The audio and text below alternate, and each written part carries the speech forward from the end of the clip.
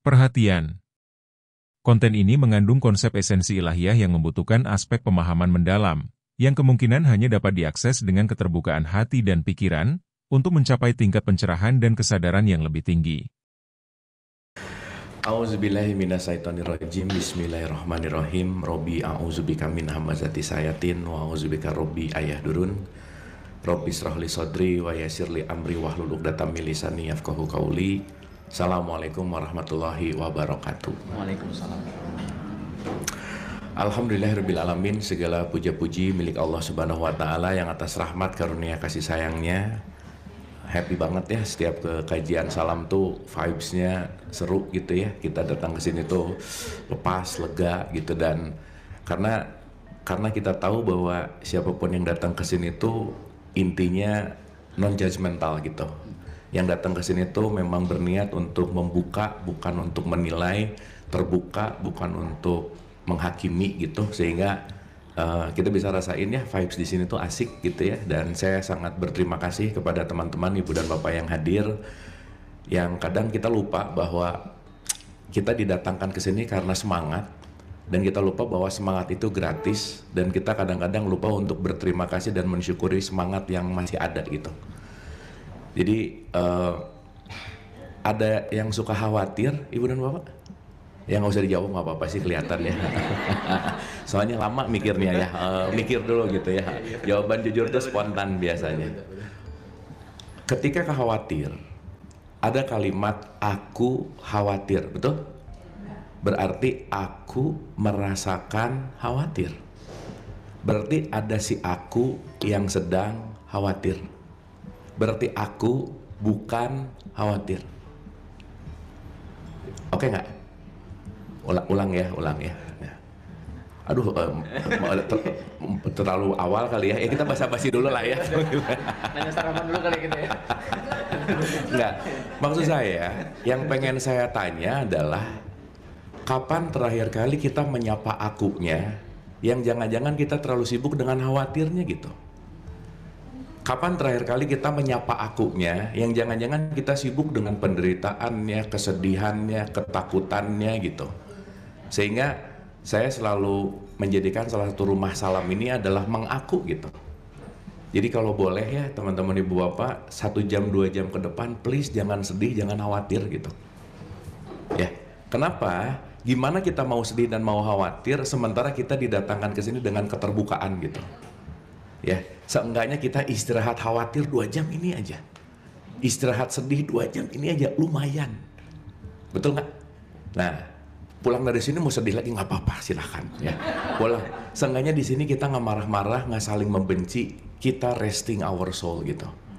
Itulah kenapa disebut taklim. Nah, nanti kita ngerti. Makanya taklim tuh maaf banget ya, orang memiliki ilmu akhlak belum tentu berakhlak ya. Jadi mau ngaji pagi, siang, sore itu dapat ilmu. Orang yang rajin baca Quran belum tentu Qurani, itu belum tentu. Gitu. Sehingga nanti kita akan mengerti bahwa saat kita punya momentum-momentum seperti ini adalah momentum yang kalau kita bicara transformasi sih sebetulnya. Makanya Mas Abi kemarin pas ngasih judul, wih asik banget gitu. Banyak ayat tapi sepi rasa gitu. Rajin ritual tapi anxiety gitu. Rajin ngaji tapi nggak tenang gitu hidupnya. Nah, nanti kita akan elaborasi satu-satu, dan saya ngalir-ngalir aja, dan saya rasa terima kasih atas semangat teman-teman ibu dan bapak untuk hadir. Dan sebelum kita mulai, supaya semangat, kita boleh tepuk tangan sekali lagi. Hatur nuhun pisan sudah hadir. Saya mau mengelaborasi dulu gini, yang tadi sedikit aja ya, supaya kita tetap aware. Ingat, kalau khawatir datang, itu kita melupakan akunya. Jadi aja, khawatir. Tapi ada nih dikit-dikit, aku khawatir. Betul nggak? Aku khawatir. Sekarang saya tanya, yang selalu ada itu khawatirnya atau akunya? Hah?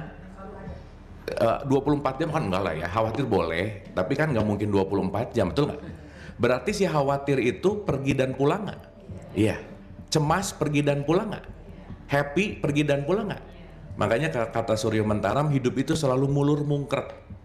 Mulur mungker tuh selalu mengembang, mengempis, mengembang, mengempis.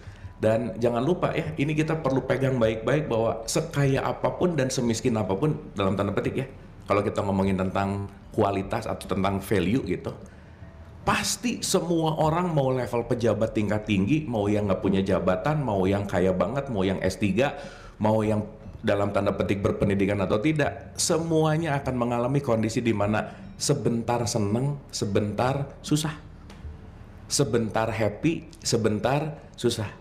Nah kalau bisa susahnya jangan lama-lama sih gitu. Kita balik lagi ke sini. Dan jangan pernah berpikir kapan ini akan berakhir, nggak akan ada, udah.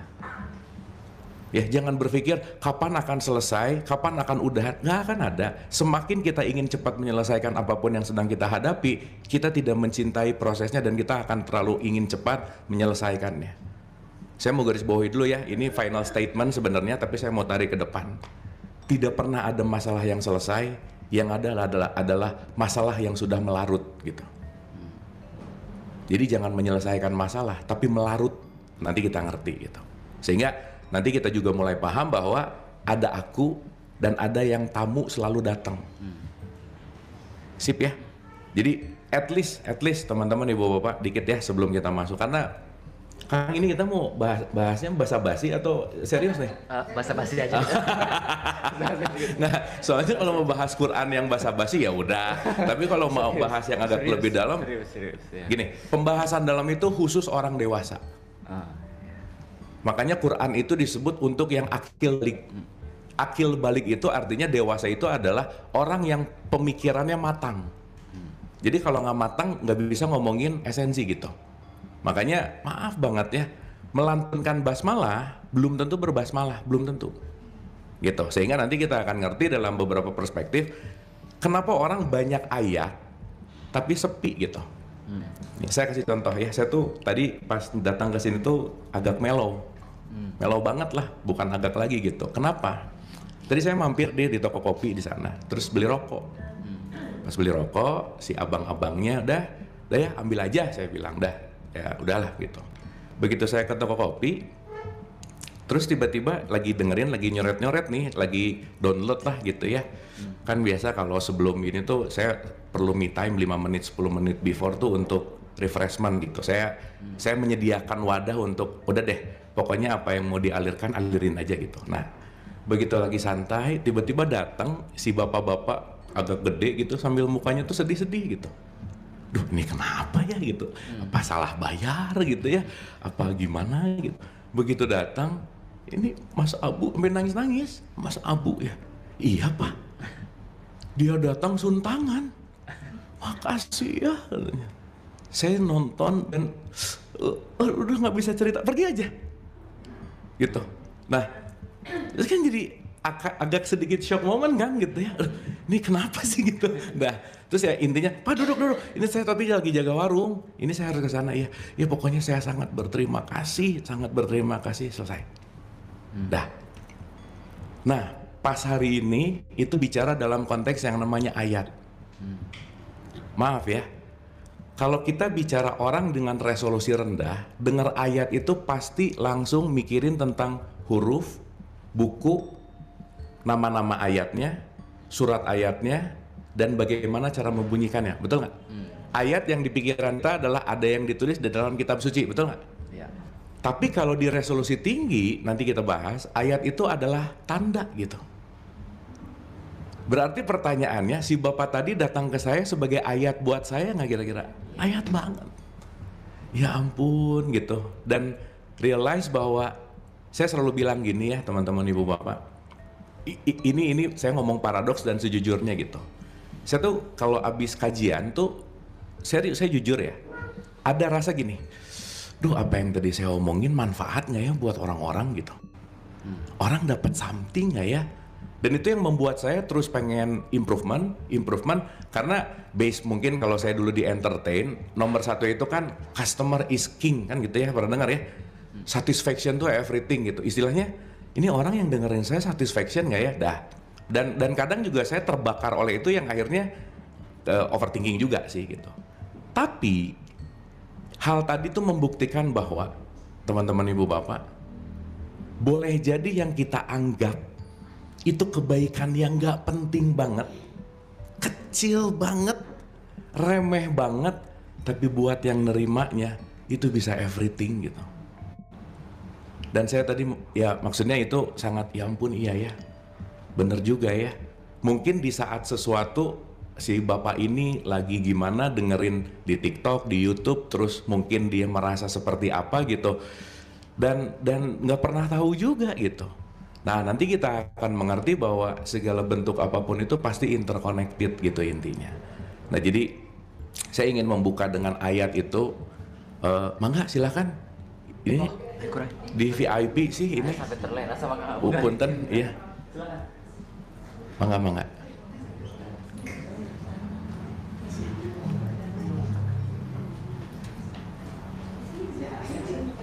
Atau mau dipindahin? Bisa buka, sok. Oke. Sip ya teman-teman ya, dapat ya maksud saya ya. Jadi beneran gitu bahwa Quran tuh selalu mengajarkan kebaikan. Artinya apa? Saat kita ngerasa nothing, saat kita ngerasa aduh udah deh gitu, ternyata apa yang kita lakukan sekecil apapun kebaikan, ya tadi dibuktikan bahwa ya ampun, saya tuh selalu ngerasa nggak ada apa-apanya. Bu, ya memang iya sih, maksudnya silakan Ibu.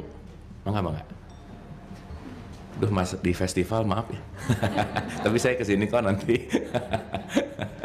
gitu. Jadi intinya jangan lelah untuk selalu berbuat sebaik-baik versi kita, karena kecil menurut kita itu bisa bombastis buat siapapun yang menerimanya gitu intinya. Setuju ya teman-teman Ibu Bapak ya? Sip, nuhun. Tuh morning inspiration luar biasa tadi pagi. Aduh kaget iya, happy iya gitu. Oke. Saya mau bahas dulu dari gini. Kenapa Allah itu selalu berbicara tentang aku menciptakan alam? Makanya kalau di 21107 itu ada kata-kata rahmatan lil alamin. Oke? Pertanyaan saya, teman-teman, ibu dan bapak, kalau dengar alam, ting yang kepikiran apa? Ya oke, nggak menjawab sih ya, alam ya semesta. Nanti saya nanya, semesta itu apa gitu? Hah? Dah ya, nih. Bumi dan seisinya oke. Di surat 41 ayat 53 ada kata-kata gini.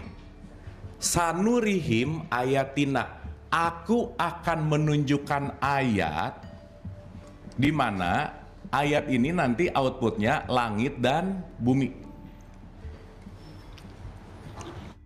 Di ayat ini Allah bilang, saya akan memperlihatkan ayat, bentuk ayatnya adalah langit dan bumi. Tapi kalimatnya nggak gini, saya akan memperlihatkan langit dan bumi, nggak. Oke sampai sini? Berarti saya akan memperlihatkan ayatnya dulu, ayatina. Di mana ayat ini nanti berkaitan sama alam, nanti kita ngerti bahwa alam itu satu akar kata dengan ilmu. Dengan apa? Berarti pertanyaannya, ketika ada ayat ini nanti dalam konteks nanti kita ngerti bahwa ini disebut dengan yang namanya tanda, sign. Sehingga antara ayat dan alam, antara tanda dan ilmu itu nggak bisa lepas. Maka Allah bilang, Allah akan memperlihatkan tanda langit dan bumi. Karena kenapa? Kalau kamu melihat tanda di langit dan bumi, kamu pasti akan mendapatkan ilmu. Jadi alam itu sebetulnya apa? Knowledge. Bentuknya bisa gunung, bisa sungai, bisa semua. Itu semua adalah tampilan, tapi poin pentingnya adalah itu semua konteksnya sebetulnya adalah ilmu. Makanya sering disebut majelis taklim. Oke, sampai sini? Aduh, diam-diam gini ibu bapak. Oke, ini sip ya? Paham ya? Supaya kita nge-breakdown dulu arti ayat gitu. Karena maaf ya, ini kalau di media sosial itu orang kadang-kadang menjadikan dalil dan ayat itu kayak peluru mau nembak orang gitu loh Bu. Salah dikit kasih ayat, kamu nggak sesuai sama ini gitu. Kasih dalil gitu. Gitu ya. Tapi kita ngerti dulu bahwa konteksnya di sini adalah kita berbicara tentang ilmu, kita berbicara tentang tanda. Karena nanti kita ngerti juga Allah itu salah satu pemaknaannya adalah kecerdasan tanpa batas. Makanya orang yang berilmu disebut ulama. Disebut apa? Ingat loh ya, ulama tuh bukan orang yang pakai baju putih-putih, pakai kopiah, bukan. Orang yang memiliki ilmu, berarti orang yang bidangnya ilmunya kesehatan, dia disebut dokter, itu ulama kesehatan gitu. Berarti ulama itu kaitannya sama apa? Ilmu. Berarti Allah menghamparkan segede-gede gini apa supaya kita menjadi apa? Orang yang apa? Berilmu. Intinya gitu. Sip ya? Jadi maksudnya, mari kita tadabur alam, ngelihat gunung, ya itu healing lah gitu. Oke sih. Tapi yang paling terpenting nanti kita akan ngerti bahwa apa sih tanda yang didapatkan, apa sih ilmu yang didapatkan gitu. Kalau datang ke sini sekedar bunyi, baca, pulang, sebelum datang ranking, value-nya atau levelnya 3, pas pulang levelnya 3, berarti nggak dapat sesuatu di sini gitu. Sampai sini oke? Clear? Pelan-pelan ya. Mas Abi sih hanya topiknya susah sih, jadi ya udah nggak apa-apa lah ya. Dia kalau ini pusing salahin Mas Abi lah pokoknya. Ulang ya. Jadi ketika ada kata-kata rahmatan lil alamin, menjadi rahmat bagi seluruh alam, berarti seluruh alam ini akan menjadi knowledge supaya nanti kita akan ngerti bahwa kita bisa berinteraksi secara satu kesatuan besar gitu. Makanya kita datang ke sini lagi dalam kondisi yang namanya belajar. Saya pokoknya nggak pernah bosan-bosan teman-teman ibu bapak. Please remind, hidup ini adalah school of life. Setiap jam adalah jam pelajaran. Setiap tempat adalah tempat belajar. Dan siapapun yang datang ke kita pasti mau ngasih pelajaran. Oke? Kalau mindsetnya bangun tidur belajar, kita akan menambah ilmu. Jadi begitu udah mulai ngeliat lah. Pernah kesel nggak sama orang? Nah ya kalau sering hati-hati ya. Ya, berarti kalau ngelihat orang masih kesel, belum melihat orang itu sebagai ayat gitu. Paham nggak? Maka kalau kita sibuk dengan ayatnya, kita nggak akan sibuk sama emosinya. Kenapa? Orang ini nggak akan ujuk-ujuk datang tuh nggak akan. Kenapa? Karena semuanya adalah messenger. Ingat, kita semua di semesta ini adalah saling menjadi tukang pos. Karena kalau nggak ada cermin, kita akan sangat sulit untuk melihat wajah sendiri. Maka untuk mengingatkan wajah kita, didatangkanlah orang-orang yang hadir ke kehidupan kita gitu. Oke? Aduh, oke-nya kurang ikhlas gini, oke nggak ini? Nah, soalnya pas oke masih ngingetin orang yang dibenci sih, oke sih. Tapi, nah, ada tapi. Masa sih gitu? Sip ya, saya kasih contoh. Saya mau bagi dua dulu ya. Ada orang dengan resolusi tinggi dan resolusi rendah. Pernah nonton nggak film terus tapi tayangannya tuh agak burem? Pernah nggak? Pernah lihat? Resolusi rendah lah gitu, 3GP gitu ya, tahu ya? Ya pokoknya resolusinya nggak clear gitu intinya. Ini kan kalau kita ngeliat di TV ini udah mulai 4K gitu. Gini. Saya ulang-ulang pakai contoh ini. Nokia 7650 sama iPhone 16, si resolusi kameranya beda nggak? Beda. Motret objek yang sama, kira-kira tingkat resolusinya tinggi nggak kalau pakai iPhone yang baru? Iya. Kalau pakai 7650 ya agak-agak burem lah gitu kira-kira. Sip ya? Berarti pertanyaannya, kita melihat hidup itu objektif, tergantung kita mau pakai resolusi yang mana gitu intinya. Paham? Berarti kalau kita ngelihat orang masih nyebelin, nah 7650 banget gitu. Meskipun sekarang handphonenya udah baru. Makanya emang disebut juga smartphone, betul nggak? Tapi yang makainya nggak smart-smart amat gitu kira-kira ya. Dalam artian, saat resolusi kita adalah rendah, maka apapun yang di luar kebaikan pasti akan jadi buruk. Clear? Berarti pertanyaannya, penting nggak meningkatkan resolusi dari rendah ke tinggi? Penting? Nah, dari resolusi rendah ke tinggi dalam bahasa yang sering kita pakai, ini disebut semakin dewasa. Oleh karena itu, dewasa tidak ditentukan oleh usia. Usia itu menua, tapi resolusi itu mendewasa. Jadi saya lagi ngomong sama orang tua atau orang dewasa, yang mana? Oh, asik. Ya, jadi nanti habis ini bikin status di Facebooknya, aku nggak tua loh, tapi aku dewasa. Nah, gitu. Beda loh ya. Nah, dari titik ini ke atas, dia punya step, dan step ini semuanya setiap orang pasti beda-beda. Tetapi semesta, ya hidup, dia akan selalu memprovide kita untuk meningkatkan resolusi. Udah gitu aja. Ingat ya, aturan mainnya, resolusi pasti dinamis dan meningkat. Mau kamu terima, mau kamu enggak, semesta ngajak kita naik. Yang bahaya, semestanya ngajak naik, kitanya nggak mau ngapa-ngapain. Artinya dia nggak mau move on, muter terus di belakang. Anyway, kita punya pikiran ya, saya mau ulang-ulang lagi ini dikit nih. Satu hari, at least kita punya 70.000 pikiran. 70.000 coba yang berulang satu hari. Coba sadari deh, 75%-nya itu negative thinking. Coba cek, benar nggak? Yang senyum-senyum udah pasti gitu ya, udah.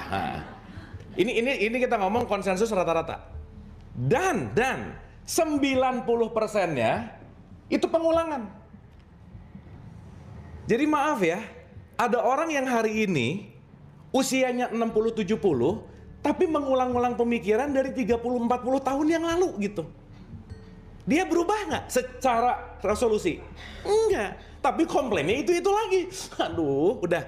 Dia komplain tapi nggak mau maju gitu. Sip ya. Makanya kemarin saya dapat meme, ini menohok banget nih. Ada orang yang dikubur umur 90 tahun, tapi dia udah mati sejak umur 40 tahun. Paham nggak maksudnya? Secara fisik dikubur 90 tahun, tapi dari 40 tahun nggak dewasa-dewasa gitu. Paham ya? Oke, dapat ya? Dah. Jadi saya kasih mark 1 dulu, kita bicara tentang resolusi. Dah. Semakin atas dalam bahasa Quran, kalau di surat 12 ayat 22, falama balago, kalau kamu sudah cukup dewasa, Allah akan memberikan hikmah dan ilmu. Kata kunci dewasa, dewasa itu apa? Matang. Jadi balik itu artinya pemikirannya matang gitu. Berarti kalau pemikirannya matang, dia semakin nggak sempit. Ingat ya, pemikiran yang sempit equal sama dengan hidup yang sempit. Udah pasti aja. Berarti semakin ke bawah itu semakin analisis, semakin terkotak-kotak. Semakin ke atas itu semakin sintesis namanya, semakin menyatu gitu. Jadi semakin ke bawah semakin dipotong, potong ngelihat. Jadi semakin ke bawah itu semakin jadi pieces, tapi semakin ke atas itu semakin menjadi gambar besar. Pernah ngelihat puzzle ya? Kalau di bawah itu adalah satu pieces, tapi kalau di atas itu gambaran besar. Sekarang saya tanya, kalau mau ngelihat gambaran utuh, perlu ke level atas nggak kira-kira? Yes, karena kalau kita ngelihat satu pieces, ini kayaknya apel deh, bukan. Ini kayaknya apuket deh, bukan. Begitu nempel, ngelihat oh ini baru beneran apel gitu. Sampai sini oke? Sip. Berarti kita akan berbolak-balik di wilayah resolusi rendah dan resolusi tinggi. Pertanyaan, yang akan membuat orang dari rendah ke tinggi siapa? Yang akan memberikan hikmah siapa? Awas tuh, jangan Allah memberi hidayah. Enggak. Makanya orang hari ini di resolusi rendah, ada yang nanya, kamu kenapa hidupnya gitu-gitu aja? Jawabannya simpel, belum dapat hidayah. Udah aja. Terus saya tanya, nyari nggak? Enggak sih, nunggu datang. Nggak bisa. Karena ada poin dari sini ke atas, kita perlu yang namanya ikhtiar kalau pakai bahasa Quran. Usaha. Berarti mendewasa usaha nggak? Jadi dewasa otomatis nggak? Jadi sorry to say, tidak ada orang yang dewasa tanpa latih. Perlu pelatih nggak? Nah, gitu. Jadi kalau udah di resolusi tinggi, ngelihat orang nyebelin, alhamdulillah. Ini nih, pelatih.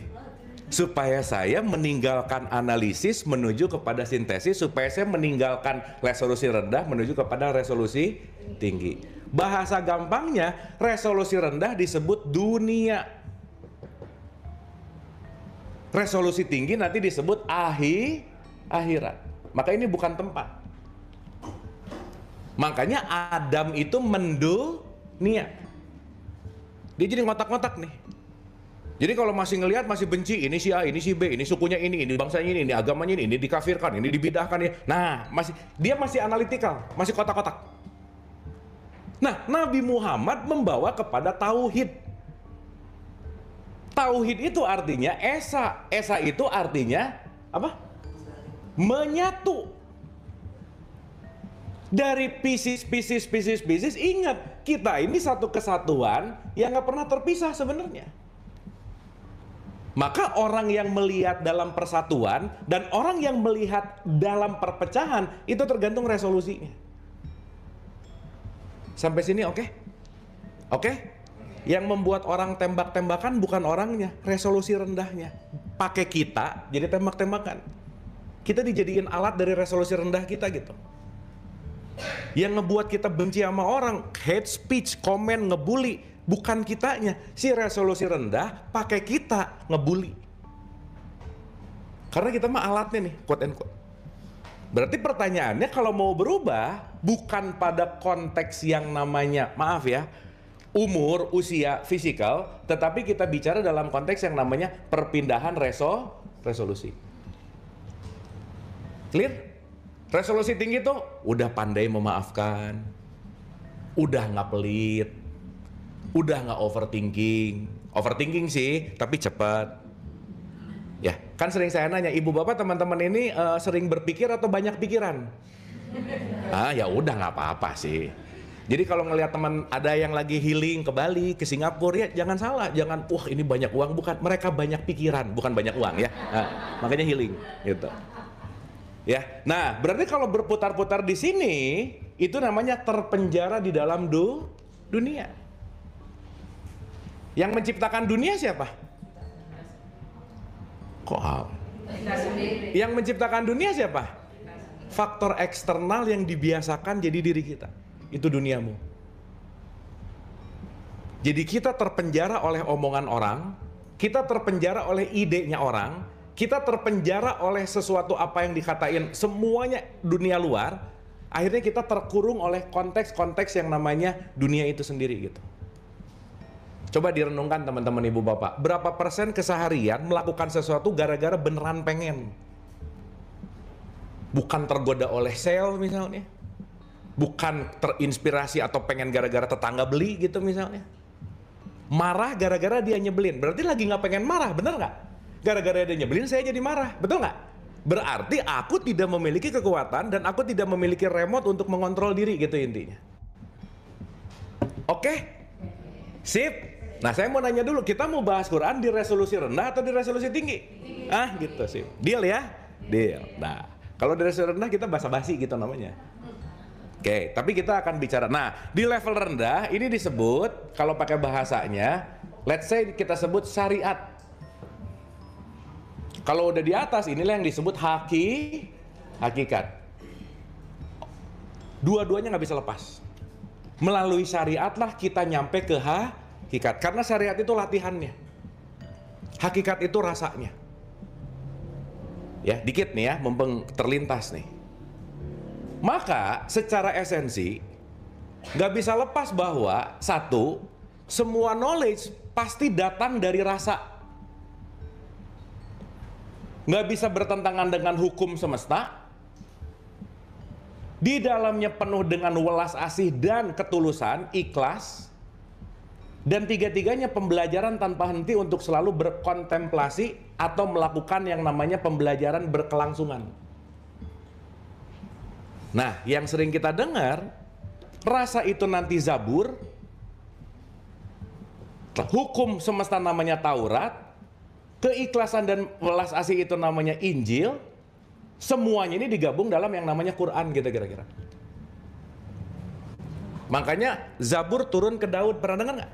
Daud itu sering menyenandungkan sesuatu, berarti dia melepaskan rasa nggak kira-kira? Itu rasa. Injil itu kabar gembira. Di situ ada sesuatu yang konteksnya keikhlasan, compassion. Di mana hukum ini nggak bisa lepas dari yang namanya Taurat. Hukum semesta itu namanya Torah. Dan keseluruhannya jadi satu kesatuan untuk kamu ikro, baca, telaah, kontemplasi. Maka ini disebut nanti yang namanya Quran. Maka di rukun iman disuruh mengimani semua kitab. Dan ini bukan ngomongin buku sih sebenarnya, bukan. Sampai sini oke? Clear ya? Dapat ya? Nah, berarti dalam satu kesatuan ini ujung-ujungnya kita akan berbicara tentang alam dan ayat. Supaya apa? Supaya bukan kebanyakan ayat tapi nggak ada rasanya gitu. Contoh, saya kasih contoh dulu.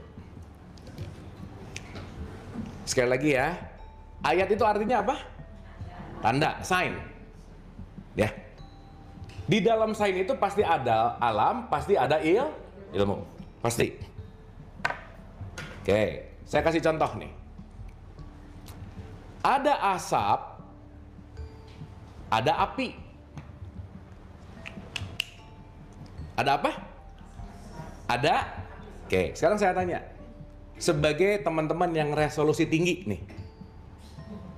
Kan tadi tinggi kita ngomongnya ya. Nah, kira-kira kalau ngelihat asap dan api, langsung kepikiran apa? Langsung aware apa terhadap asap dan api? Sebab, akibat, apa lagi?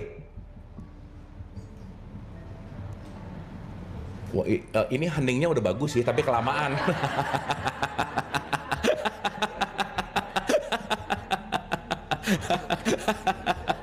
Ya, oke. Baru. Oke. Ya. Maaf ya. Kalau orang di resolusi rendah, dia cuman ngelihat asap dan dia cuman ngelihat api. Nah, itu rendah. Oke? Tapi orang di resolusi tinggi, perbedaan dengan yang rendah, apa coba? Orang di resolusi tinggi, dia tidak melihat asapnya, dia tidak melihat apinya, tapi dia melihat relasinya. Paham? Jadi kalau di resolusi tinggi, dia bukan ngelihat dua partikel yang berbeda, tetapi yang dia lihat apa hubungannya asap dengan api. Paham nggak? Maka, maaf ya, nanti yang akan jadi kata kunci nih hari ini, kata kunci ini adalah saya pakai hashtag penting, bukan penting sih, perlu banget untuk kita mengalami yang namanya sadar relasi. Apa? Contoh. Kalau saya baca Quran tapi tidak merelasikannya dengan diri, berarti saya cuma bunyi. Betul nggak? Akhirnya saya cuma membunyikan, menghatamkan, tapi there is no connected, nggak ada relasinya dengan aku, jadi aku bunyi-bunyi, aku. Selesai baca Quran, hatam iya, tapi tidak terjadi interkorelasi, gitu kira-kira.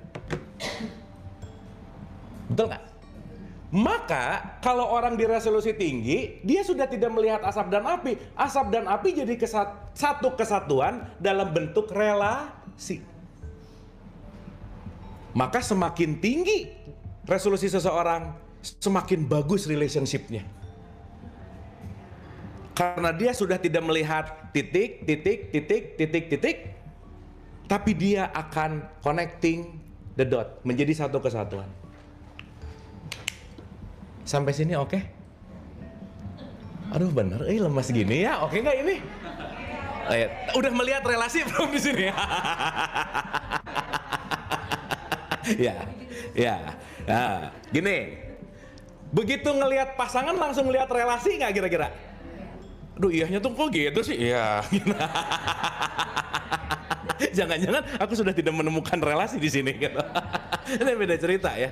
Oke. Jadi garis bawahnya adalah relasi. Sip ya. Ini kita pelan-pelan nggak apa-apa ya? Sip. Karena saya mau ngajak teman-teman bukan untuk ngerti sih. Just for fun, entertaining, dan enjoy, dah gitu. Karena kalau itu semua terjadi, ngerti sendiri gitu kira-kira ya. Ini kan lagi ngajak-ngajak keluar dulu dari anxiety-nya, kepusingan gitulah kira-kira. Oke? Sip? Oke. At least dalam beberapa jam ini happy lah ya, udah gitu aja ya. Nah, dah. Nah, sekarang kita lihat nih. Kalau ada asap, pasti ada sumbernya. Betul? Maka orang yang resolusi tinggi, dia akan ngelihat, oh ada asap, dia akan ingat api. Paham nggak? Begitu ngelihat asap, set, wah ada api nih. Oke? Tapi di resolusi rendah mau ada asap, oh asap, udah aja. Nah, dengan ini saya mau menggarisbawahi, berarti asap adalah alam dari api. Paham? Asap adalah ayat dari api. Maka inilah yang disebut korelasi ayat. Maka melihat asap berarti tanda keberadaan api. Berarti begitu aku ngelihat asap, aku langsung ingat api. Oke? Hah? Iya, ulang. Ya, gini ya. Ini memang perlu pelan-pelan, tapi mudah-mudahan kita bisa enjoy gitu. Supaya nanti ngedenger ayat itu bukan ayat bukan hanya yang di buku gitu. Ya itu beneran sih ayat, tapi nanti yang penting adalah relasinya gitu. Oke ya? Ulang. Oh, saya kasih analogi lah. Contoh. Analogi itu kan something yang enlighten ya. Jadi supaya memudahkan gitu. Ada anak kecil balita lah sama ibunya lagi makan di dapur. Anak kecil sama ibunya lagi makan bareng di dekat dapur. Biasanya kan tempat makan dekat sama dapur. Dari dapur keluar asap. Oke? Sekarang saya tanya, pandangan anak sama pandangan ibu terhadap asap beda nggak kira-kira? Gitu. Begitu ada asap gede, si anak, yeay, gitu nggak? Iya asap, gitu. Ibunya gitu nggak kira-kira? Nggak, langsung lari pasti. Kalau sadar. Paham? Karena si anak dengan resolusi rendah begitu ngelihat asap, dia melihat what it is. Asap. Tapi ibunya karena resolusinya udah tinggi, oh kalau ada asap berarti ada sesuatu, minimal ada yang kebakar, gitu nggak kira-kira? Yang satu, yang satu tergesa-gesa. Kenapa sih ibu bisa tergesa-gesa? Karena dia pandai mengikro ayat, gitu maksudnya. Paham ya? Berarti tingkat kedewasaan si ibu dalam konteks ini, tingkat resolusi si ibu lebih tinggi. Karena kenapa? Dia mulai melihat asap, udah nggak ngelihat asapnya, tahu bahwa ini adalah impact dari sumber, gitu kira-kira. Sip? Berarti pertanyaan saya, kalau orang cuman ngelihat asap, kalau orang cuman ngelihat gunung, kalau orang cuman ngelihat sungai, tapi dia nggak punya interkorelasi dengan something-nya, dia hanya akan melihat itu sebagai ya udah aja, keindahan alam. Tapi saya mau straight to the point aja, yang ingin disampaikan dalam ketauhidan, jangan lupa bahwa semua keberadaan itu ujung pangkalnya, ujung intinya aku sendiri, kata Allah. Paham nggak? Berarti yang ditampilkan ini semuanya ayat-ayat nggak? Gitu. Berarti semua yang ditampilkan ini ilmu nggak kira-kira? Termasuk orang yang nyebelin datang nggak? Nah, ayat nih. Karena kenapa? Di balik itu pasti ada sesuatu gitu. Makanya Nabi Muhammad pertama kali nggak langsung disuruh Nabi Muhammad dulu waktu dapat Quran dapat buku datang gitu nggak kira-kira? Enggak, disuruh Iqra. Ayo baca nih, bacalah tanda. Kenapa? Karena dalam konteks kamu melihat sesuatu, kamu akan melihat kata kuncinya adalah relasi. Nah ini nanti sangat terkenal dengan kata-kata silaturahim. Silah itu jalan, rahim itu kasih. Kalau kamu melihat dengan penuh kasih sayang, kamu akan mendapatkan ilmu, gitu loh maksudnya. Jadi silaturahmi itu bukan datang ke tetangga, salaman silaturahmi dulu, ya nggak apa-apa sih gitu. Meskipun pas lebaran, mohon maaf lahir batin, besoknya ngomongin lagi gitu misalnya. Kan nggak gitu sih sebenarnya. Sip? Oke? Nah, kenapa di judul kita hari ini banyak ayat tapi sepi rasa? Ya iyalah, begitu baca Quran, ini ketika aku tidak menemukan korelasi antara kitab dan diri yang menjadi satu kesatuan seperti ini. Berarti si tulisan ini ayat untuk Allah itu sendiri nggak kira-kira? Iya, tetapi kata kuncinya adalah bagaimana kita membangun yang namanya relasi. Sampai sini oke? Sampai sini oke? Maka Quran itu bukan hanya dalam bentuk yang ada di dalam tulisan. Makanya di surat 41 ayat 53, aku akan menunjukkan ayat pada alam semesta dan pada dirimu. Berarti teman-teman ibu bapak kalau mulai ngerti ini ayat bukan? Nah. Makanya di 17:14, Iqra kita bacalah dirimu. Coba getting clear sama dirimu gitu. Sehingga ketika kita bicara dalam konteks membaca ayat-ayat, seringlah pasti ada ayat-ayat kauniyah, ada ayat-ayat kauliyah yang tersurat dan yang tersirat. Sekarang saya tanya, maaf ya, Allah terbatas atau tidak terbatas? Berarti ayatnya terbatas atau tidak terbatas? Kan nggak mungkin dong ayat-ayat Allah cuma 6.236 ayat. Betul nggak? Yang 6.236 ayat itu ayat yang sudah menjadi analisis. Kita sebut mikro aja. Makanya kalau kita kayak 41 ayat 53, 45 ayat 20. Dulu ngomong-ngomong waktu zaman Nabi Muhammad ya ada yang nanya, ya Rasul pedoman itu gimana? Coba buka surat 45 ayat 20 gitu nggak kira-kira? Kenapa? Belum ada bukunya. Betul nggak? Maka kenapa konteksnya Iqra di sini bukan membaca as a physical, tetapi lebih kepada observasi. Pertanyaan besarnya, ayat-ayat yang tiap hari kamu baca, yang kita bunyikan, terobservasi kepada dirimu atau tidak gitu. Makanya kalau itu menjadi sesuatu yang Qurani, jadi walking Quran kan ketika Aisyah ditanya, Rasul tuh akhlaknya gimana sih? Dia menyebutkan Quran yang berjalan. Berarti kalau Quran yang berjalan kan bukan ngomongin huruf, bukan ngomongin ayat-ayat secara tulisan, tetapi sudah membentuk menjadi sebuah perilaku. Nah, maaf nih ya, bagi orang-orang yang tidak melihat ini adalah satu kesatuan rangkaian relasi, dia nggak akan punya interkoneksi gitu. Udah aja, ini, yang di sana. Dia nggak membangun sebuah yang namanya relasi menjadi satu kesatuan. Karena yang paling terpenting di sini adalah relasimu terhadap sesuatu gitu. Clear? Oke?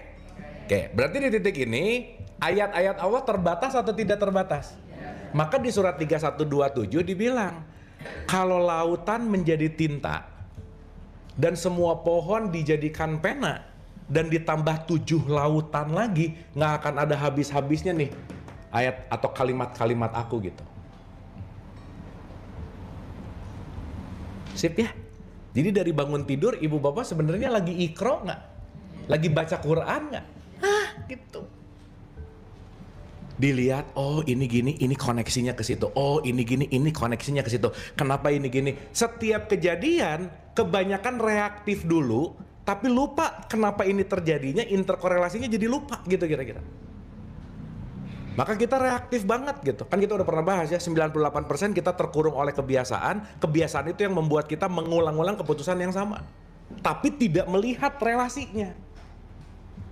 Sekarang saya tanya, yang perlu diperbaiki relasi ini nggak kira-kira? Iya. Hukumnya, kalau kita baik dengan relasi diri kita, kita akan baik dengan relasi orang lain. Dah, titik. Maka jangan lupa, setiap orang akan memperlakukan kita sesuai dengan dia memperlakukan dirinya sendiri. Titik. Kita tuh jadi impactnya aja. Pun sama. Kita memperlakukan seseorang pasti seperti kita memperlakukan diri kita sendiri. Kesana tuh impact gitu. Nah itulah kenapa kata kunci dari yang namanya Iqra, Quran, Qoro'ah dan seterusnya itu bukan hanya kegiatan membaca, tetapi melakukan yang namanya internalisasi gitu. Jadi ayatnya tuh dikontemplate gitu. Contoh ya. Bismillahirrahmanirrahim. Nah, mau kontemplasi dengan nama Allah yang Maha Pengasih lagi Maha Penyayang. Itu mah menerjemahkan namanya. Betul nggak? Yang satu huruf bahasa Arab, yang satu bahasa Indonesia. Maka mau dua-duanya terjemahan, ingat kata-kata yang keluar itu pasti sudah menjadi sebuah analisa. Contoh, teman-teman, ibu bapak kalau lagi meeting mau menentukan sebuah project misalnya, ada ide nggak? Sip. Ide itu di sini sintesis. Ide. Begitu mau nyampein ke teman-teman, diomongin nggak? Kata demi kata nggak? Satu kata. Pertanyaannya, sesuatu yang diucapkan kata-kata sebenarnya mewakili si sintesis ini nggak? Belum tentu. Nah, tergantung orang ngerti apa enggak, tergantung kita menyampaikannya bagaimana. Betul nggak kira-kira? Berarti sesuatu yang menjadi analisis 100% gambaran di sini nggak kira-kira? Enggak, makanya orang bisa miskomunikasi, betul nggak? Yes. Jadi, segala sesuatu bentuk yang udah keluar dari yang keluarnya adalah kata-kata, udah pasti dia menurunkan kadar dari kualitasnya gitu. Makanya keren jawaban Nabi Muhammad ketika ditanya, the real Quran tuh apa sih ya Rasul? Statementnya, la sautin wala harfun. Nggak bisa saya suarain lagi, nggak bisa saya ungkapkan dengan huruf, karena kenapa? Kamu harus ke situ. Betul nggak? Berarti itu ngomong mengalami atau mengucapkan?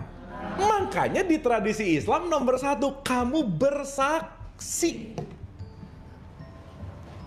Beda loh, orang hataman Quran dan bersaksi tentang Quran itu beda.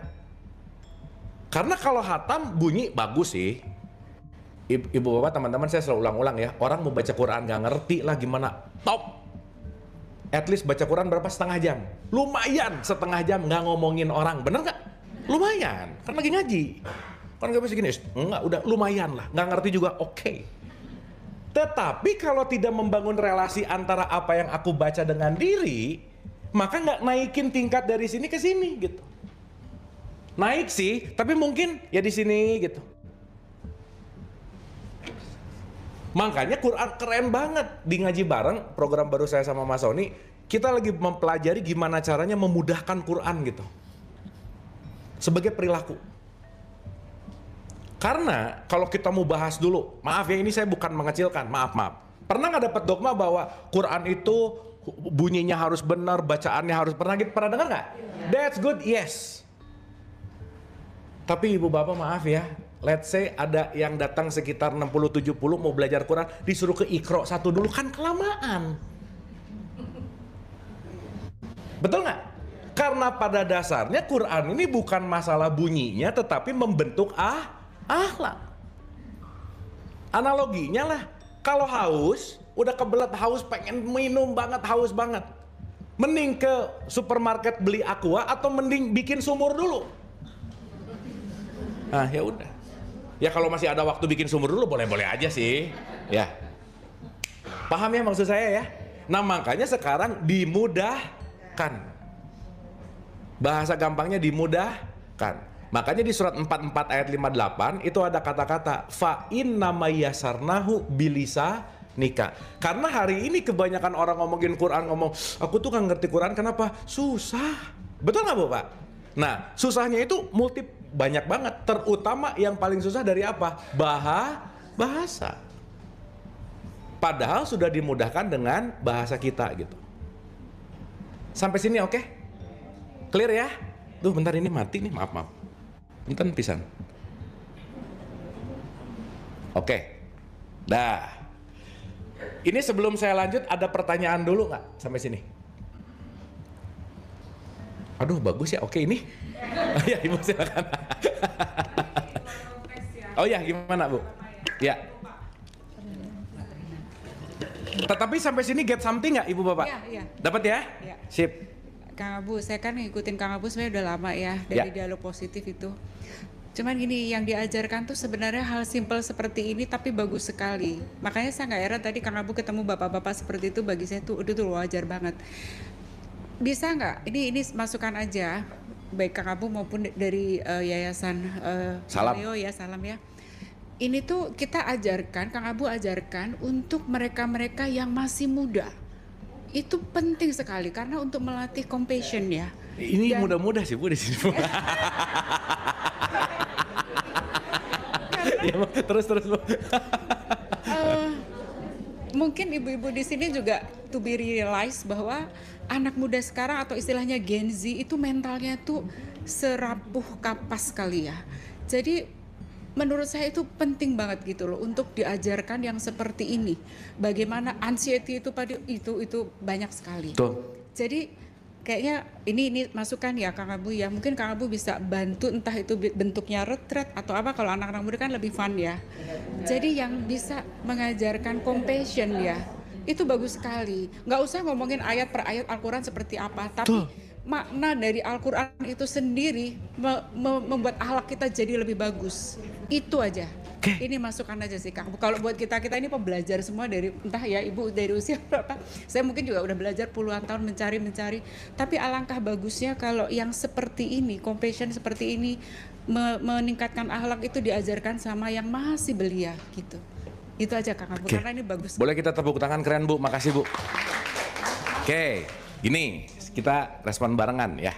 Kita respon barengan. Contoh. Saya belajar dari teman saya tuh ada psikiater ya. Ada seorang ibu curhat sama teman saya. Si ibu ini ngomong, "Pak dokter, suami saya NPD," katanya. "Gimana nyembuhin dia?" Oke. Suaminya mau ke psikiater nggak? Enggak. Ya. Sekarang yang datang ke psikiater siapa? Saya. Ya. Oke. Berarti kayaknya mulai dari ibu dulu aja gitu. Dalam tanda petik ya. Sehingga yang menarik adalah berarti kita bisa mensiarkan Quran dengan style kita masing-masing nggak dalam tanda petik? Outputnya bukan bentuk ayat, outputnya bukan bentuk ceramah, tapi outputnya adalah menjadi resolusi yang tinggi. Resolusi yang tertinggi itu namanya akhlak, perilaku. Kebetulan Bu, 1 tahun ini saya research itu asalnya dari demografi 45 ke 70. Entah kenapa setahun setengah ini agak turun nih ke 25 sampai 40. Jadi si demografi sekarang nih yang sedang saya hadapi dalam konteks research, kalau tadi ngomongin retret kita di bulan Juli nanti infonya saya kasih tahu. Yang menarik, nah saya pernah cerita ya, tapi mungkin ini diulang-ulang tapi ya maaf aja. Saya tuh research nih sama anak-anak Gen Z. Jangan lupa ya, generasi Z bisa ada sekarang, mau nggak mau, suka nggak suka, dibentuk oleh ibu bapaknya. Bener nggak? Berarti kalau sekarang mau komplain sama mereka, yang pertama komplain sama siapa dulu nih ya?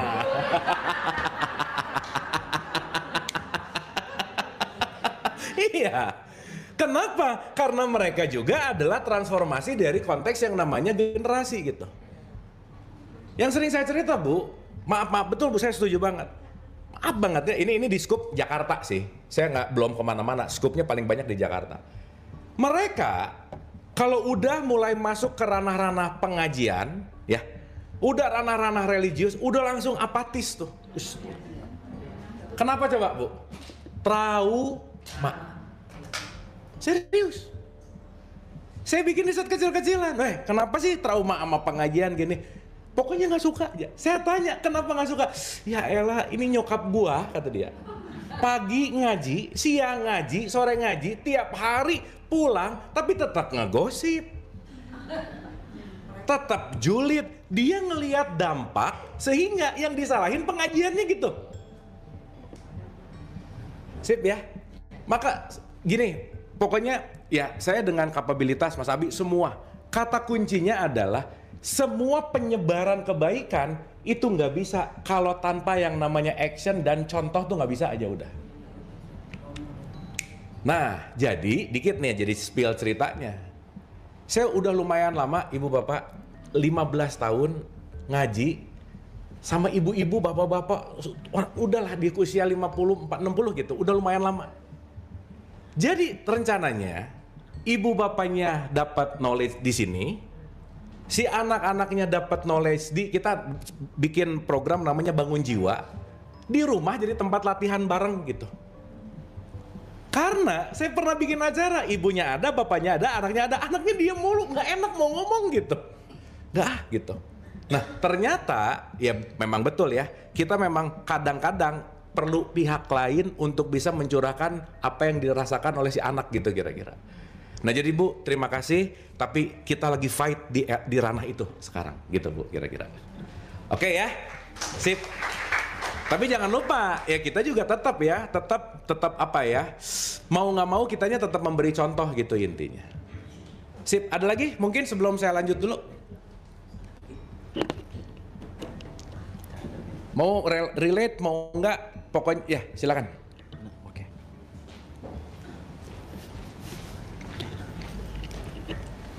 Bismillahirrahmanirrahim.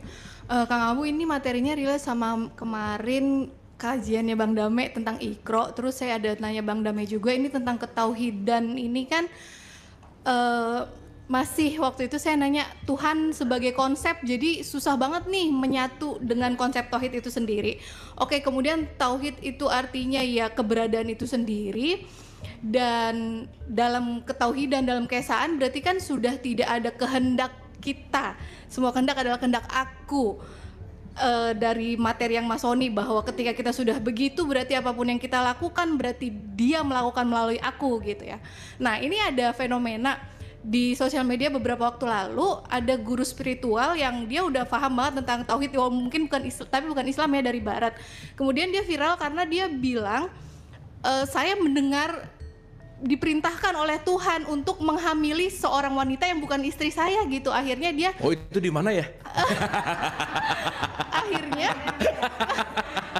lumayan tertarik nih. Itu tempatnya di Soreang bukan ya? Gimana nih, dia terkenal banget, dia kan ya dari barat ya, tapi apa kiblatnya mungkin barat, jadi nggak ada poligami, adanya poliamori. Tapi dia terbuka sama istrinya, dia terbuka, dia bilang ada bukan ya kehendak yang dialirkan melalui dia untuk punya anak dari perempuan ini. Perempuan ini memang lebih muda dari istrinya, lebih cantik dan seksi gitu. Cuman istrinya ya ikhlas, redo, terus akhirnya mereka jadi kayak ya bertiga gitu, podcast. Ini kan jadi viral di sesama pekerja spiritual, terus banyak yang ngebully juga kayak, oh kalau gitu bisa dong saya bilang Tuhan menyuruh saya untuk korupsi atau gimana. Ini ada apa ya, saya jadi mau minta pendapat Kang Abu juga, dari insight Kang Abu, bahwa ketika tidak ada kehendak selain kehendaknya, jika itu di level nafsu gitu ya, itu kita membedakan itu nafsu gitu, bukan Tuhan. Kemudian mana yang ini adalah kehendak ketika dalam penyatuan itu, ketika kita itu sebenarnya nggak ada dan semua hanya ada Dia. Gitu sih Kang Abu, gitu aja sih saya minta insight dari Kang Abu. Terima kasih. Oke, thank you, terima kasih. Mau boleh tepuk tangan, keren. Nanti DM ya alamatnya ya yang tadi. Oke, ini very nice question banget. Terima kasih. Gini loh,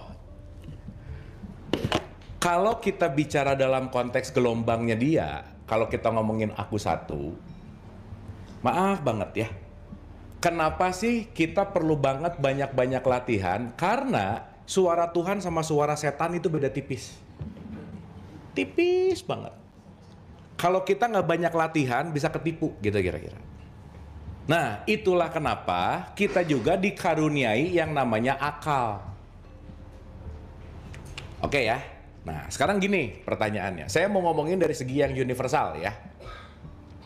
Teman-teman, ibu dan bapak, mau nggak mau, suka nggak suka, setiap siapapun nih ya, saya ngomongin dari basic yang paling simpel aja.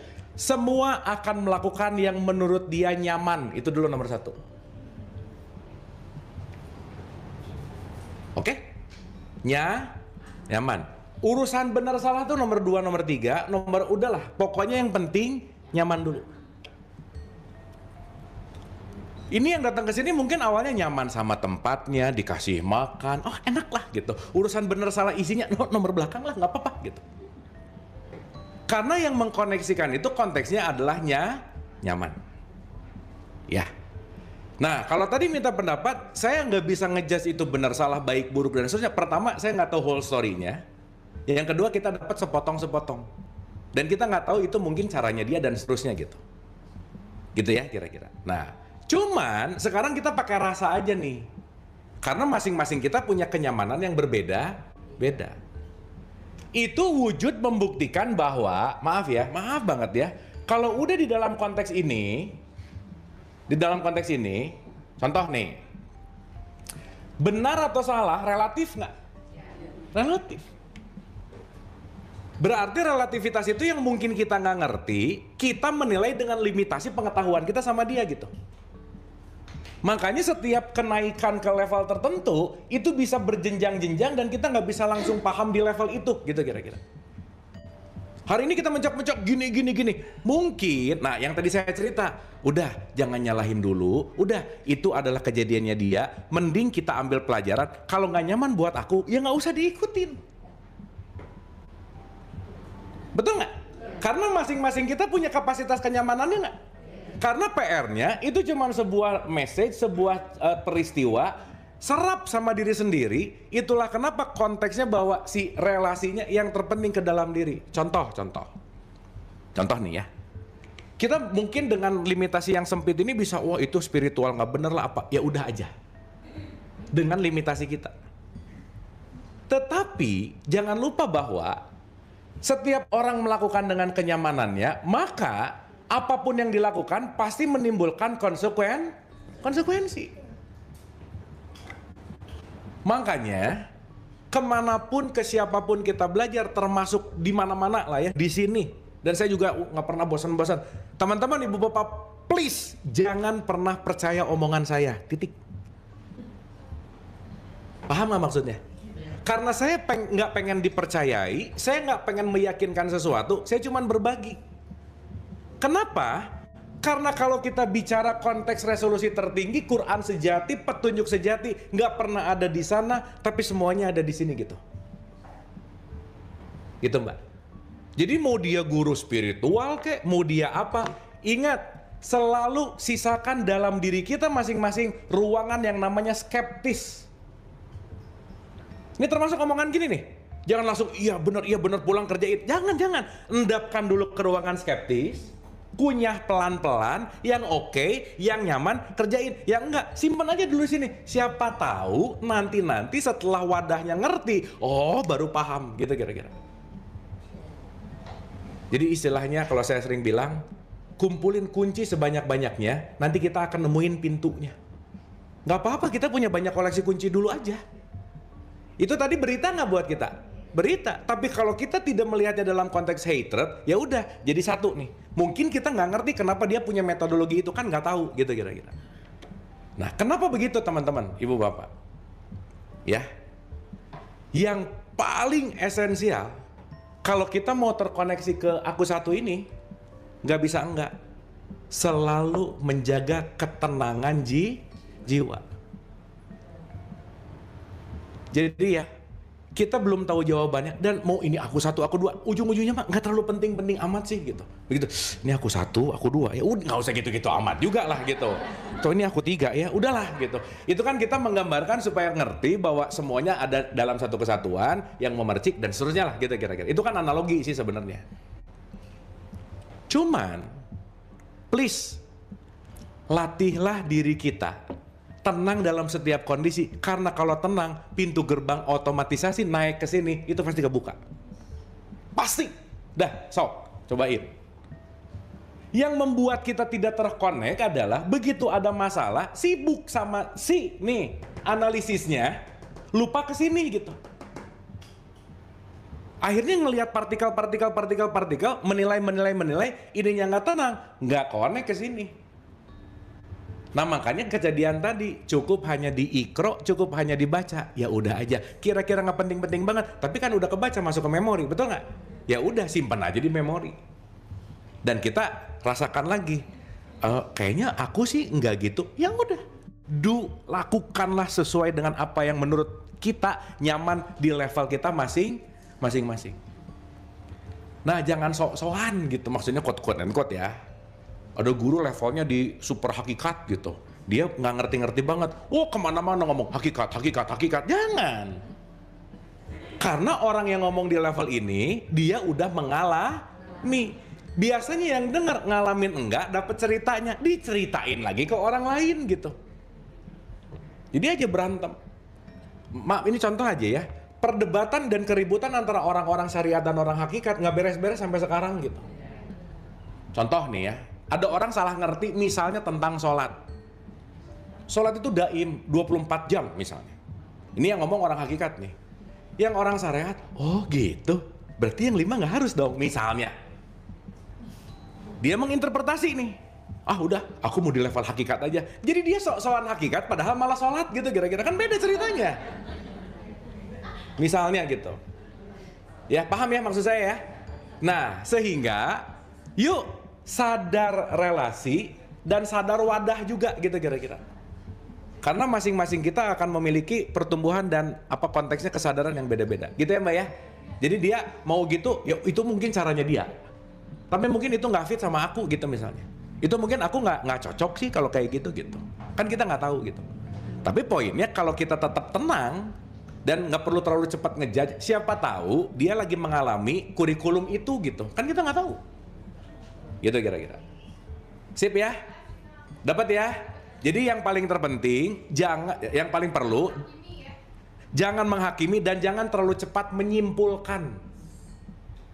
Karena dalam hidup mah nggak ada kesimpulan, ingat ya. Semuanya koma. Contoh, aku tuh ibu yang gagal, belum beres ini hidupnya juga kan besok bisa lebih baik. Betul nggak? Ini dia kafir, ini dia bisa lebih soleh dari kita besok. Betul nggak? Maka yang membuat kita tidak naik ke resolusi tinggi adalah terlalu cepat menyimpulkan dan melakukan yang namanya judgment. Dah, ingat lakum dinukum. Nah, kalau mau diartikan secara esensi seperti ini, kenyamananmu kenyamananku, kenyamananku. Tapi kita sama-sama jadi manusia aja yuk gitu. Udah kita kerja sama aja, tapi saya nggak mau ngikutin cara kamu gitu. Ya udah beres gitu. Nah, yang nggak asik ya, nih yang nggak asik nih. Dia nyaman dengan caranya, maksa orang ngikutin caranya gitu. Ini yang paling bener. Lah, kamu yang nyaman kok gitu. Sip ya? Itu yang rada-rada gak asik sih gitu. Tapi banyak lagi sih, tapi ya udahlah ya, gak apa-apa lah. Sip, thank you Mbak. Itu opener banget gitu. Satu lagi aja, ada? Silakan.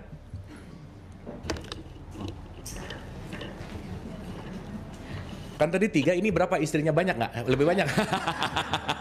Kalau lebih banyak lebih seru. Salam Kang Abu, Kang Ya. Abi dan saudara-saudaraku semua di sini.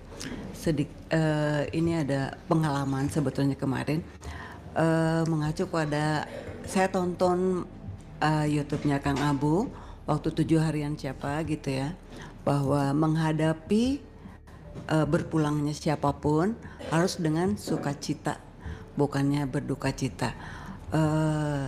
Terbersit sih kalau mungkin itu kita tidak mengalami mengaplikasikan sukacita itu. Cek. Seru nih kalau diskusi gini. Ya, bismillah. Kenalkan saya Rafiq, domisili di Banjarmasin. Oke. Wah, dari Banjarmasin ke sini, Mas? Iya, di Serius? Banjarmasin kesini. Iya, serius. Wah, kita tepuk tangan dulu dong. Ya ampun. Iya. Ya. Tadi saya sebelum acara nggak tahu kenapa rasanya di Rumah Salam ini menggetarkan sekali bagi saya. Belakangan 3 hari lagi saya ulang tahun ke-37 pas 1 Muharram. Asik. Ini apa? Mas kalau mau langsung ngajak makan-makan boleh loh ya. Udah nggak usah basa-basi lah. Langsung aja. Mau ngundang makan-makan boleh. Okay.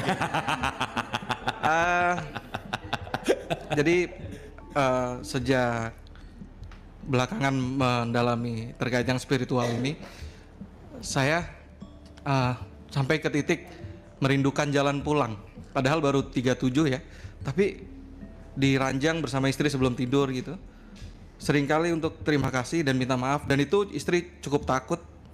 Dan saya juga udah pesan kalau nanti saya duluan gitu, nanti tolong di Jawa dekat tempat mama. Dan ternyata saya ngerasa banyak sekali yang justru kebuka rezeki. Saya 11 tahun pernikahan belum punya anak, hari ini punya 2 baby yang Allah titipkan. Alhamdulillah. Adopsi. Jadi bahkan ini saya baru turun dari Gunung Gede juga kemarin.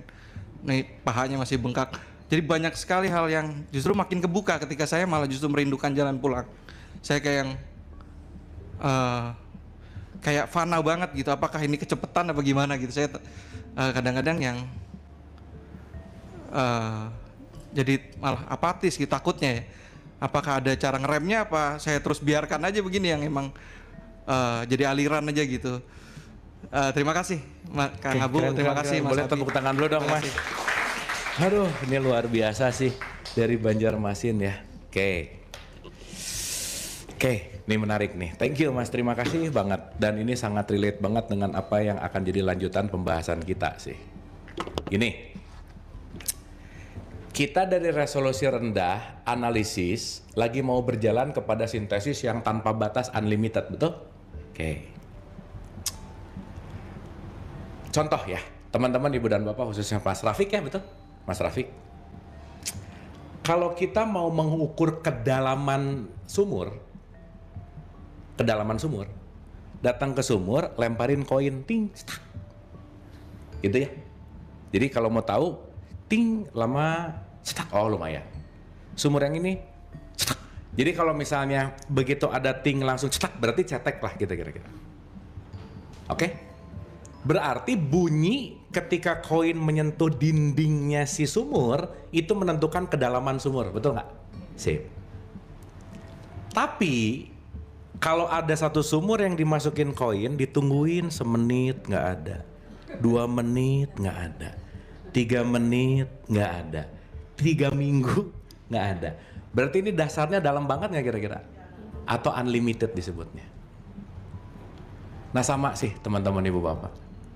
Kalau kita dipanggil oleh kerinduan yang namanya kerinduan zat ilahi, zat Allah, kita kayak koin itu. Begitu awal-awal, begitu masuk, wah, tapi udah 3 minggu, biasa aja sih ya gitu. Kenapa? Karena kalau kita masuk kepada zatnya, zat itu quote and quote gak akan ada dinding yang membuat kita jadi kejeduk, dinding yang menyetopkan. Karena kenapa? Dia adalah sesuatu yang quote and quote ketidakterbatasan gitu kira-kira. Tapi Mas, teriakan 3 minggu awal pasti ada sih, pasti ada. Awal-awal ketika, karena kenapa? Kita akan di quote and quote ya, kita akan dihancurkan konsep lama kita. Kalau pakai bahasa di Quran tuh disebut qari'ah, guncangan tuh. Pernah dengar nggak Nabi Muhammad terguncang ketika dia dapat wahyu? Pernah dengar nggak? Kenapa? Karena, ini selama ini nggak sesuai sama konsep saya. Ini bener nggak ya? Ini oke. Pokoknya awal-awal step pertama masuk kepada quote and quote spirituality konteks esensial, itu pasti akan merasa disorientasi awal-awalnya. Sama kayak kita masuk yang tadi tuh, begitu masuk ke sumur, begitu loncat ke sumur yang tidak menemukan jalan atau tidak menemukan dinding. Karena kenapa? Ya itu tadi, saat kita masuk ke zatnya memang udah gak ada batasan. Jadi Mas, balik lagi, tetap belajar udah pasti, tetap dialirkan, Dan yang teman-teman saya selalu menggarisbawahi, tiap-tiap kita pasti akan menemukan jalannya masing-masing. Dan jalan itu yang akan sangat nyaman buat kita masing-masing gitu. Gitu ya. Framework besarnya tadi tuh. Jangan lupa apapun konteksnya. Nih, 2969 caranya. 2969 tuh kalimatnya gini. Akan banyak jalan menujuku, kepadaku tuh ada jalan-jalan. Gitu ya. Banyak sekali jalan-jalan. Jadi terserah mau lewat jalan apa, tapi framework besarnya jangan tetap melakukan kebaikan dan kebermanfaatan. Esensinya ada di situ, Mas. Nah, jadi nikmati kerinduan itu, nikmati keesensian itu, karena kenapa? Saat kita menyatu dengan di sini bukan jadi apatis sih sebetulnya, tapi lebih flowing gitu. Karena begitu flowing, kita akan selalu membaru dan membaru. Artinya apa? Kita udah nggak stuck di masa lalu, tapi kita akan mengalir menuju kepada pembaharuan, dan yang paling terpenting kita akan belajar untuk hadir utuh di sini saat ini gitu. Gitu ya. Mbaknya istrinya? Adik. Oh, adik. Ya, ke istrinya kasih tahu aja, tenang aja gitu ya. Gitu. Tapi Mas, based on experience dan mungkin kalau digambarkan dengan pola ini, masuk ke level itu pasti kita akan, kan kebayang ya, kita tuh kan kebanyakan dipahat sama orang lain, betul nggak? Dipahat. Jadi kita tuh sebetulnya pahatan yang kaku. Begitu kerinduan itu datang, kita pengen menjadi diri sendiri. Kira-kira kita akan melakukan gerakan-gerakan gak sesuai pahatan nggak kira-kira? Nah udah, di situ pasti kebingungan. Makanya kalau pakai bahasa, kenapa hari kiamat selalu digambarkan hancurnya gunung? Dalam tasawuf gunung tuh pemikiran lama, seperti anai-anai. Karena kenapa? Saat kamu bangkit semua konsep lama, pengetahuan lama jadi nothing gitu. Dan kita mempertanyakan, benar nggak ya? Oke nggak ya? Terus aja gitu, questioning. Nah, go ahead, quote and quote gitu ya. Dan itu nanti yang akan membawa kita menuju kepada saat, kalau pakai bahasa Quran lagi, alif lam mim zalikal kitabu la raiba fi hudalil muttaqin. Disitulah semua yang akan meruntuhkan pertanyaan-pertanyaan, bukan karena nemuin jawaban ya, tapi pertanyaannya yang hilang. Kenapa? Karena aku sudah mengalami gitu kira-kira. Gitu Mas Rafiq. Thank you ya. Oke, Ibu dan Bapak, ini udah jam 12. At least sampai sini oke dulu ya. Get something ya. Dapat ya. Jadi kata penutupnya kita bikin 2 kali ya tentang ini. Nanti insya Allah di next pertemuan kita akan dalemin lagi. Tapi ingat, belajar jadi manusia resolusi tinggi. Lihat relasinya. Kalau ada sesuatu, ingat ujung-ujungnya ke sini-sini juga. Ingat bahwa semuanya adalah kosmos, keteraturan. Ingat semua juga adalah pesan. Jadi yang paling terpenting adalah make a good relationship. Nomor 1 sama diri kita. Dan yang paling terpenting, teman-teman Ibu dan Bapak, yuk kita belajar tenang dalam setiap kondisi. Hanya dalam ketenanganlah jawaban sejati akan muncul. Terima kasih, saya kembalikan ke Mas Abi. Hatur nuhun.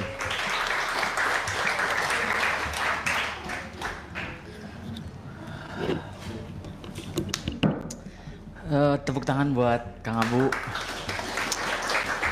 Dan juga buat semua teman-teman yang ada di sini, boleh tepuk tangan yang meriah dong ya. Terima kasih.